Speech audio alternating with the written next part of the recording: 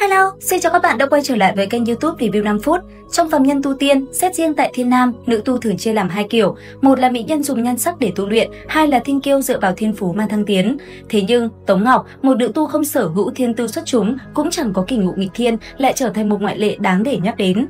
Có thể nói, Bạch Phượng Tiên không phải nữ chính, càng không phải Bình Hoa biết tu tiên, nàng từng thất bại, từng đứng dưới cái bóng quá lớn của Hàn Lập nhưng không bị trêu quất. Nếu các đạo hữu cũng tò mò về cuộc đời và cái kết của đệ nhất mỹ nữ Lạc Vân Tông thì ngay bây giờ hãy cùng mình tìm hiểu nhé. Câu chuyện của chúng ta bắt đầu không phải từ lúc Tống Ngọc sinh ra mà là từ khoảnh khắc định mệnh khi con đường của cô và Hàn Lập lần đầu tiên giao nhau. Khi ấy, Tống Ngọc là một tu sĩ kết đan sơ kỳ của Lạc Vân Tông, người sở hữu bí thuật, thông minh linh tê, một năng lực đặc biệt có thể dò xét phẩm chất và tâm tư của người khác.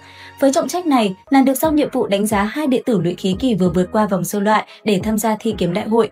Một trong hai người đó không ai khác, chính là Hàn Lập, khi ấy hắn đang che giấu thân phận thật của mình.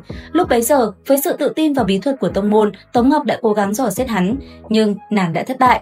Trước mặt nàng, Hàn Lập như một vực sâu không đáy, một màn sương mù dày đặc mà thông minh linh tê không tài nào xuyên thấu. Cô nàng đâu biết rằng gã tu sĩ luyện khí kỳ tầm thường kia thực chất là một lão quái kết đan hậu kỳ, lại còn tu luyện đại diện quyết để che giấu mọi suy nghĩ.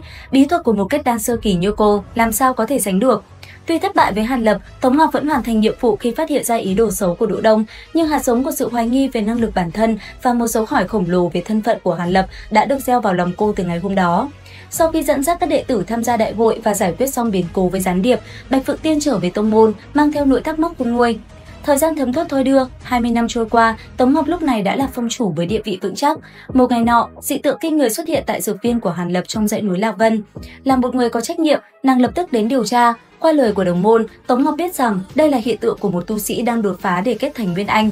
Lòng hiếu kỳ của cô trỗi dậy, không biết kỳ nhân nào lại có thể làm được điều kinh thiên động địa này ngay tại Lạc Vân Tông. Vài ngày sau, câu trả lời khiến cô chết lặng, người đó chính là Hàn Lập, gã tu sĩ luyện khí kỳ bí ẩn năm nào giờ đã trở thành Nguyên Anh trưởng lão mới nhất của tông môn. Trong buổi lễ chúc mừng, đứng trước Hàn Lập, lòng cô ngập tràn những cảm xúc phức tạp, sự kinh ngạc, sự thán phục và cả sự xấu hổ với thất bại của mình năm xưa. Lần đầu tiên, cô tự nghi ngờ chính năng lực mà mình luôn tự hào. Không dừng lại ở đó, cuộc đời Tống Ngọc lại một lần nữa gắn kết với cái tên Hàn Lập một cách bất ngờ. Vài năm trước, cuộc xâm lược của Mộ Lan Nhân, cô nàng gặp gỡ và kết bạn với Tử Linh tiên tử. Khi biết Tử Linh quen biết Hàn trưởng lão, cô đã không khỏi ngạc nhiên và hoài nghi, một nhân vật nổi danh như Tử Linh tiên tử sao lại có thể quen biết một trưởng lão vốn kín tiếng của Lạc Vân Tông cơ chứ? Bất chấp sự khó tin, cô vẫn đồng ý làm người đưa thư, sắp xếp một cuộc gặp mặt giữa hai người. Chính qua những cuộc trò chuyện với Tử Linh, Tống Ngọc mới mơ hồ biết được rằng vị Hàn trưởng lão này của mình đã từng có một chuyến du hành đến tận Loạn Tinh Hải xa xôi. Bức màn bí ẩn về Hàn Lập lại càng thêm dày đặc. Khi chiến tranh với Mộ Lan Nhân bùng nổ, Tống Ngọc theo trưởng lão Lữ Lạc đến Thiên Nhất Thành tham gia trận chiến cuối cùng. Tại đây, định mệnh lại sắp đặt cho cô gặp lại Hàn Lập. Khi ấy, hắn vừa thoát khỏi Mộ Lan thần sư. Khoảnh khắc nhìn thấy hắn, những suy nghĩ phức tạp lại ùa về. Qua giao tiếp, cô làm Hàn Lập ngạc nhiên khi chuyển lá thư từ Tử Linh và đưa hắn đến nơi hẹn để bàn kế hoạch tiến vào Trụy Ma Cốc tìm dẫn hồn quả. Trong cuộc trao đổi này, Tống Ngọc đã được chia sẻ công thức luyện đan từ cổ tịch gia truyền và nhận lại từ Hàn Lập những viên đan dược vô cùng quý giá cho việc tu luyện của mình. Mối quan hệ của họ từ một sự nghi hoặc đơn phương ngay tại thời khắc này đã trở thành một liên minh cộng sinh.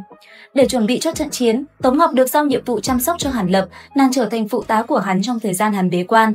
Ngày hắn xuất quan, cô đã phải sững sờ khi Hàn Lập lấy ra pháp bảo Phong Lôi Xí, đưa cả hai đến chiến trường với tốc độ kinh hoàng. Khi ấy, tống mỹ nữ của chúng ta đã lầm tưởng rằng đây chính là con át chủ bài để Hàn lão ma chạy trốn khi cần. Tiếp theo, trong trận quyết đấu sinh tử giữa hai tộc, Tống Ngọc chịu trách nhiệm bảo vệ pháp trận nơi Hàn Lập chiến đấu.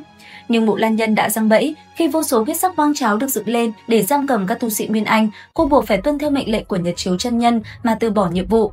May mắn thay, nàng đã sống sót sau trận chiến thảm khốc và trở về Vân Mộng Sơn. Gần một thế kỷ trôi qua, Tống Ngọc gặp phải bình cảnh tu luyện. Để tìm cơ duyên đột phá, cô cùng Mộ Phái Linh và Liễu Ngọc tiến vào Trụy Ma Cốc để tìm Huyền Linh Thảo. Các nàng không ngờ rằng chuyến đi này lại đẩy họ vào một cơn ác mộng. Ở vùng nội cốc đầy dậy những vết nứt không gian nguy hiểm, hội chị em bạn gì của Tống Ngọc đã chạm trán đệ nhị Nguyên Anh của Hàn Lập. Nguyên Anh này sau 80 năm tách khỏi bản thể đã nảy sinh ý thức riêng và trở nên nổi loạn. Cả ba người Tống Ngọc bị nó bắt giữ, giam cầm trong một huyễn trận sâu dưới lòng đất giữa một biển dung nham. Trong lúc tuyệt vọng nhất, khi tưởng như không còn lối thoát, một bóng hình quen thuộc đã xuất hiện, chính là Hàn Lập, người mà cô đã không gặp gần một thế kỷ, nay đã tìm thấy và giải cứu cô.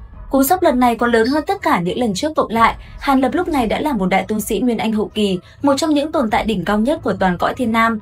Sau khi được giải thoát, Tống Ngọc trở về tông môn, cô không chỉ nhận được pháo huyền đan do Hàn Lập ban tặng mà còn được hắn tin tưởng giao cho nhiệm vụ quan trọng đi tìm một tu sĩ có thần thức bẩm sinh mạnh mẽ để kế thừa công pháp của Đại Diễn Thần Quân.